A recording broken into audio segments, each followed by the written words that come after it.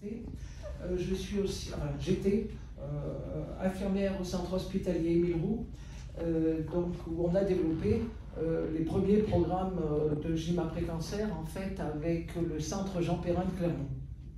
Donc c'est les premiers ateliers qui ont eu lieu en activité physique ont été en 2004, donc les programmes existent déjà sur la région Auvergne depuis très longtemps.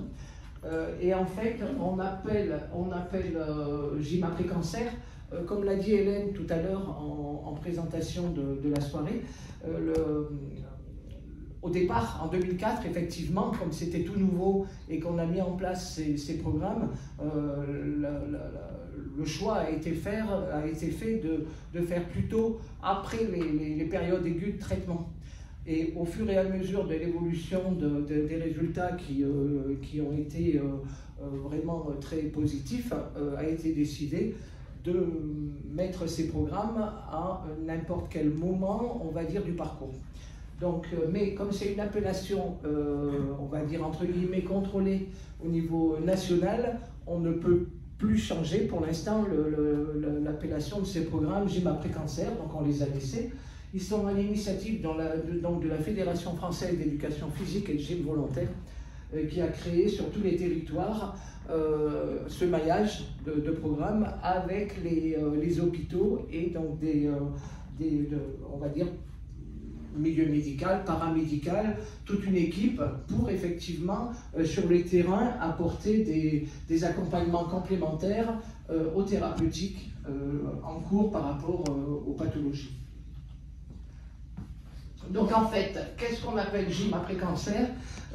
Donc c'est un programme d'activité physique adaptée qui est destiné aux adultes atteints de cancer, en traitement, en rémission, et puis bon, pour certaines personnes en récidive, ou avant même, on va dire, les interventions, des fois chirurgicales, les personnes viennent prendre contact avec nous pour savoir comment on va les recevoir, etc., dans quel groupe.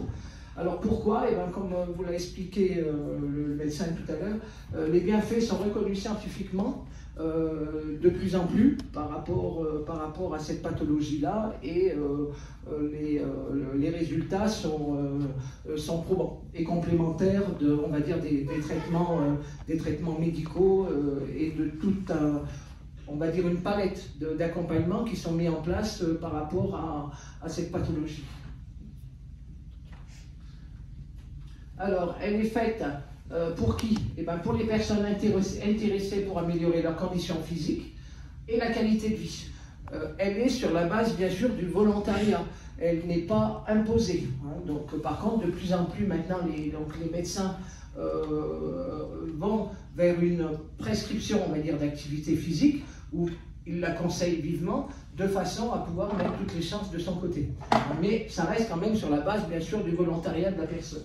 Alors l'objectif, c'est de pratiquer de manière autonome et en toute sécurité, adopter un mode de vie actif, et ce qu'on appelle aussi, à des endroits, on a appelé ça au départ des programmes passerelles, c'est-à-dire qu'on prend les gens en charge pour 2 ans, s'ils le souhaitent. Alors c'est une première prise en charge sur 1 an, et puis il peut y avoir 2 ans si la personne le souhaite et si ça le nécessite, dans le sens où là il y a un accompagnement complet sur ces 2 ans-là.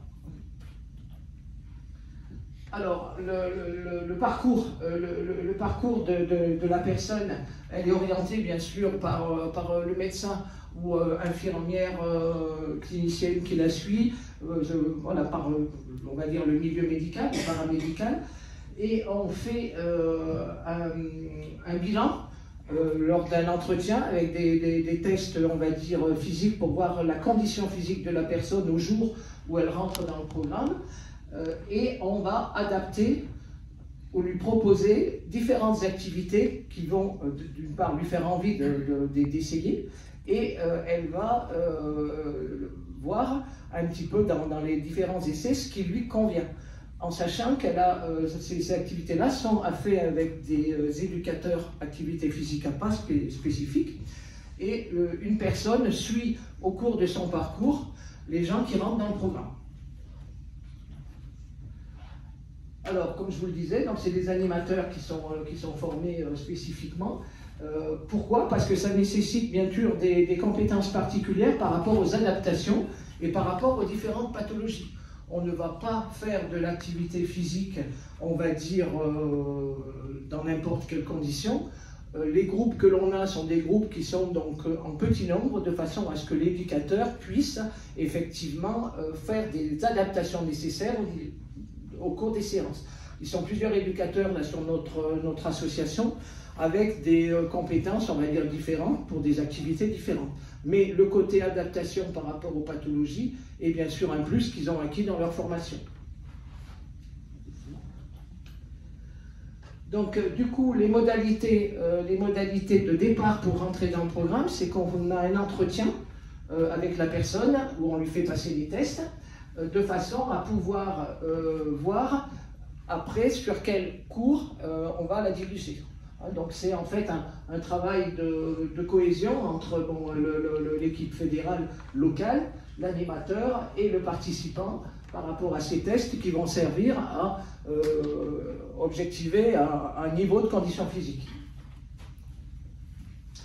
Donc les bienfaits de cette activité physique, elles ont été rappelées notamment au cours du reportage et puis après par l'intervention du médecin.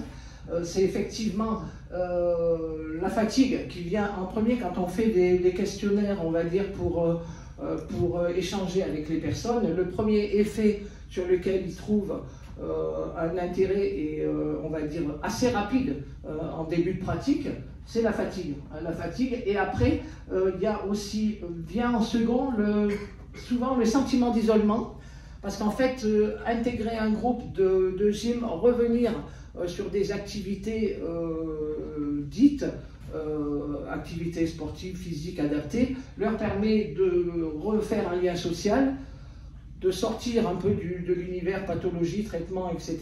Et donc c'est souvent le deuxième élément qui revient en positif, quoi, après la fatigue. Et après, suivant les personnes et suivant, on va dire,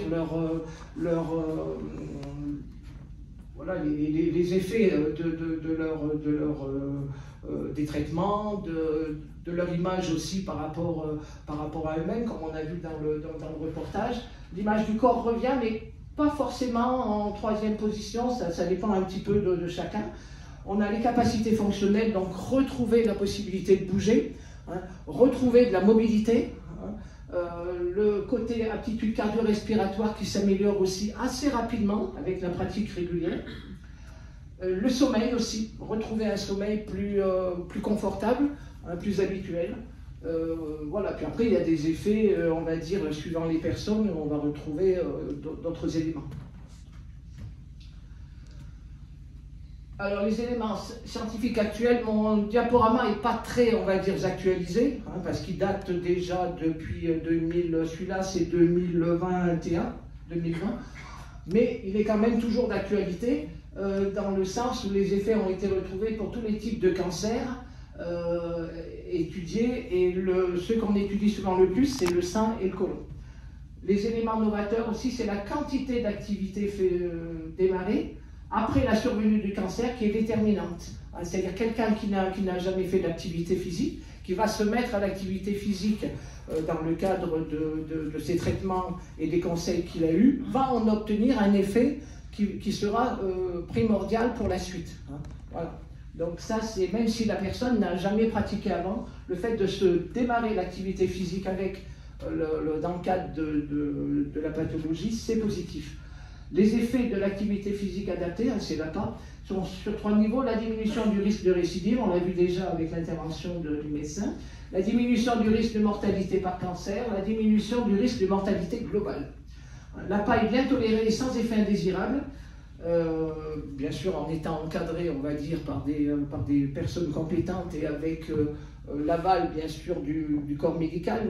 Nous, sur les programmes, on demande bien sûr un certificat d'aptitude à l'activité physique, avec la possibilité d'émettre bien sûr des restrictions en fonction des pathologies des personnes, parce qu'il y a la pathologie cancer, mais il peut y avoir aussi d'autres pathologies associées qui vont faire qu'on va être obligé d'avoir une adaptation qui tient compte de tout ça.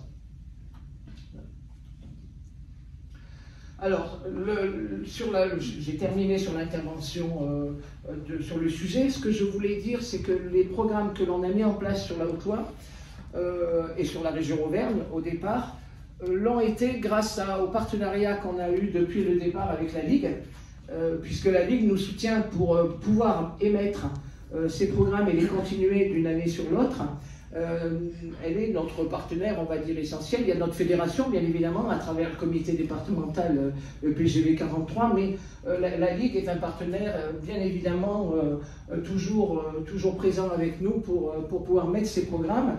Et on est présent sur le Puy, on est présent sur Yssingeaux depuis 3 ans, ou 4 ans, peut-être même maintenant. Et le troisième pôle qui est en train de se développer, c'est sur Brioude. Donc on essaye d'essaimer un petit peu partout et de pouvoir offrir ce service sur tout le département. Voilà. Et donc si vous souhaitez après avoir plus ou garder une trace des documents, enfin de ce que je vous ai présenté, vous avez dans l'entrée le petit dépliant sur Gym après cancer. Et vous avez mes coordonnées dessus, puisque en fait c'est moi qui fais la transition avec l'association et avec les éducateurs pour pouvoir diriger les personnes sur ces programmes. Voilà, je vous remercie.